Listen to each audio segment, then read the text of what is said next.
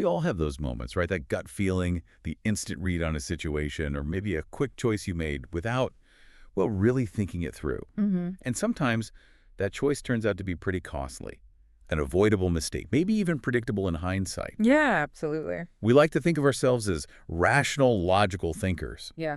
but it often feels like our internal wiring is almost designed to bypass that slow, careful thought in favor of just speed. That's the core tension, isn't it? So why is that? Why this push and pull in our decision-making, and what are the sort of hidden rules governing these errors we make? Well, that fundamental tension is precisely what Daniel Kahneman explores in his really landmark book, Thinking Fast and Slow.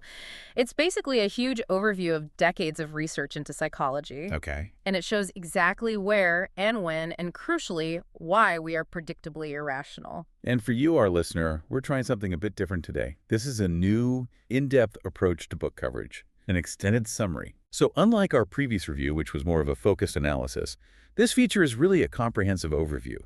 We're tracing the intellectual roots, the key arguments, and the real-world impact of this subject. It's a broad look. Exactly. And if you appreciate this expanded format, find it helpful, definitely let us know. Your feedback really helps shape what we do next. And it is a complex book. It pulls together psychology, economics. So to help guide you through it, you are experiencing a unique two-host AI conversation.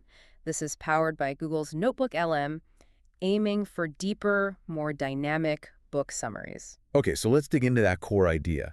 The book basically says our minds operate using two distinct modes or systems. Right. Systems 1 and 2. And it's not just about defining them, is it? It's about understanding the consequences of how they interact, how they often compete. Correct.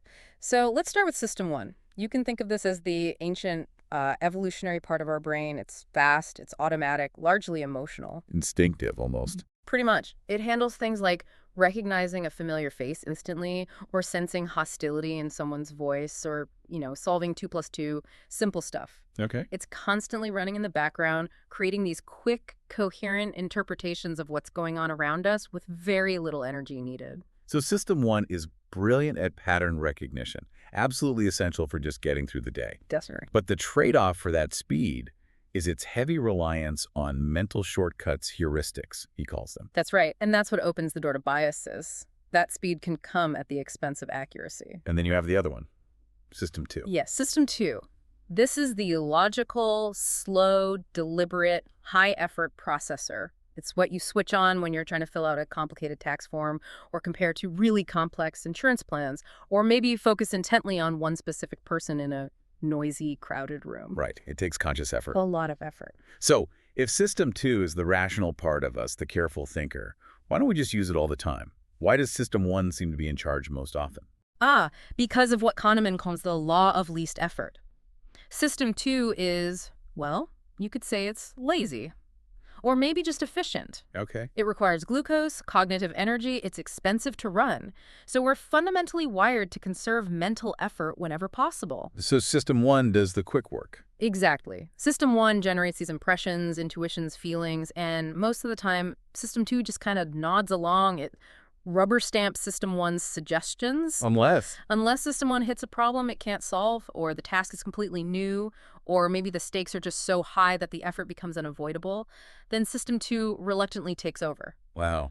That implies that the vast majority of our decisions, even things we think we've really thought about, are fundamentally rooted in that initial, fast, intuitive response from System 1. Absolutely. And the moment we default to System 1, especially in complex situations, we become vulnerable to all those predictable errors Kahneman spent his career identifying. Let's dive into those errors then, because understanding the mechanism is really the key, isn't it? It is. The book outlines several really common cognitive biases that stem from this System 1 dominance. Let's talk about overconfidence. It's not just about being arrogant, right? It's described as more of a systemic failure. That's a great way to put it.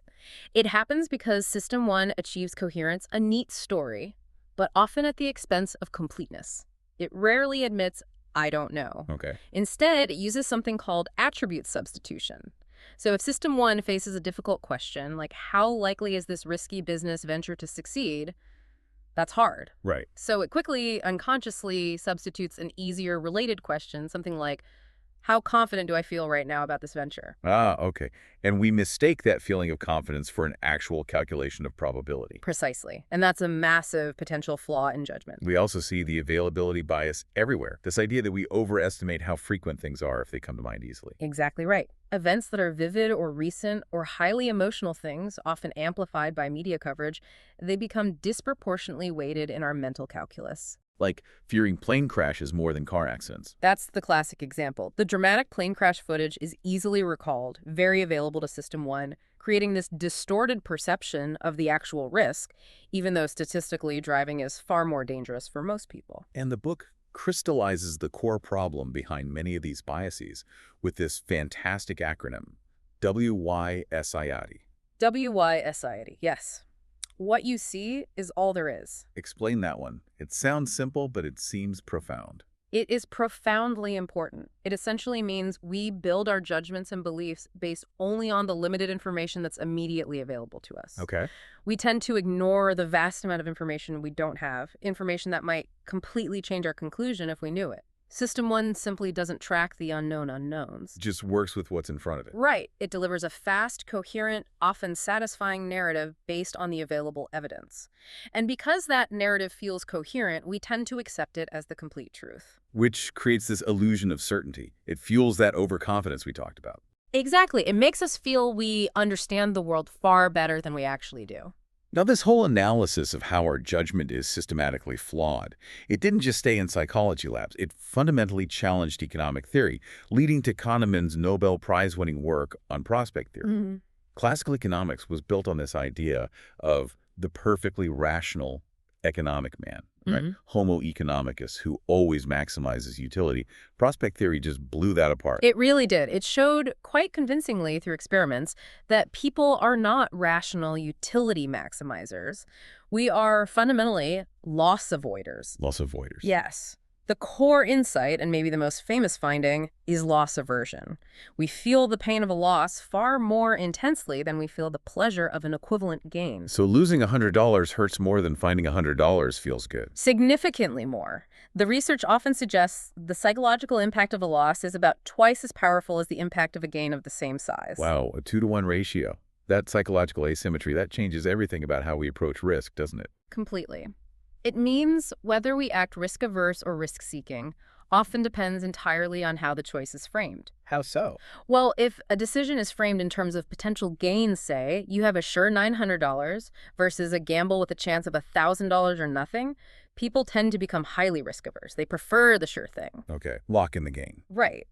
But if you frame the exact same outcomes in terms of avoiding losses, say, preventing 400 deaths out of 600 people, versus a gamble where either everyone is saved or everyone dies, people suddenly become risk-seeking.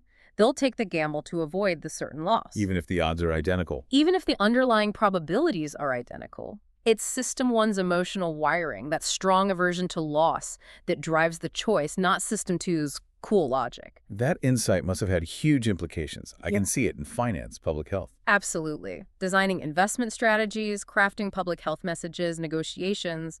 Understanding loss aversion is critical. And speaking of being wired to learn and apply these insights, don't forget you can check out Mindful Moments, that's our YouTube channel, offering AI book analysis, summaries, and critiques. It's all about inspiring reflection, rational thought. And actually, it's pretty valuable for aspiring authors, too. Good point. Okay, so moving from these errors in judging risk and economic choices, the book makes another really fascinating distinction, this time about how we evaluate our own lives. Ah, yes, the two selves. The divergence between how we experience life moment by moment and how we remember it later. He calls them the experiencing self and the remembering self. Correct. They're like two different accountants keeping track of our lives, and they use very different methods. So the experiencing self is? The experiencing self is the one living in the present. It exists only in the moment, recording pleasure and pain as they actually occur. It tracks the duration of feelings. If you spend 3 miserable hours stuck in traffic, your experiencing self felt every one of those 180 minutes of misery. Okay, living it second by second. But the self that we consult when we think back or make future plans, that's the remembering self. Exactly. And the remembering self is the storyteller. It constructs the narrative of our lives. But it simplifies things dramatically. How does it simplify? It operates under two key principles Kahneman identified: the peak end rule and duration neglect. Peak end rule and duration neglect. Okay. The remembering self judges an entire past experience, could be a vacation, a medical procedure, anything almost entirely based on 2 points in time. The moment of peak emotional intensity, whether good or bad, and how the experience ended. And the duration. How long the whole thing lasted. That's the duration neglect part. The overall length of the experience barely factors into the final judgment. It's almost irrelevant to the remembering self. That is genuinely startling. Yeah. So you could have a 2-week vacation that was overall pretty pleasant, maybe a 7 out of 10 most days. But if the flight home on the last day was an absolute nightmare, a peak negative experience, the remembering self might just label the entire trip as terrible or not worth it. Precisely that. Or, conversely, a generally painful experience, like a colonoscopy, might be remembered as relatively okay if the peak pain wasn't too extreme and the final moments were managed well, even if the procedure itself was quite long. Wow, so this split means our evaluation of our own happiness or suffering can be very different from the sum total of our actual lived experience. Very different. And it means we often make future choices about jobs, relationships, where to go on holiday based on what the remembering self anticipates will make a good story later. We optimize for memory, not necessarily for experience. Which leads us to potentially misjudge what actually contributes to our long-term well-being or satisfaction. We chase memorable peaks and good endings, maybe at the expense of sustained, moderate contentment. That's one of the key implications, yes. Okay, so we've identified these two powerful systems. System 1, fast and intuitive but error-prone. System 2, slow and logical but lazy. We've seen the biases, the prospect theory, the two selves. What's the synthesis here? What does the book ultimately say we should do about all this inherent irrationality? Well, the main takeaway isn't that you can somehow shut off System 1. You can't. And frankly, you wouldn't want to. System 1 is far too vital for navigating the world quickly and efficiently. Right, it keeps us alive. It does. The key really is awareness. It's about understanding the contexts, the situations, the types of problems where System 1 is most likely to lead you into an expensive error. Recognizing those conditions is the essential first step towards making better judgments. So it's less about changing the wiring, more about knowing when to be skeptical of its output. Exactly. It's about learning to recognize the signs that maybe you should slow down, engage the deliberate, effortful power of System 2, and double-check System 1's intuitive leap. Monitor the situations where you're most vulnerable. And this research hasn't just stayed theoretical. It's had massive practical implications, hasn't it? Way beyond just individual self-improvement. Oh, absolutely. The impact is huge across major fields. Psychology, obviously, but also economics, law, medicine, public policy. It's the foundational research behind what later became known as nudge theory. Ah, right. Using insights about biases to design better choices. Precisely.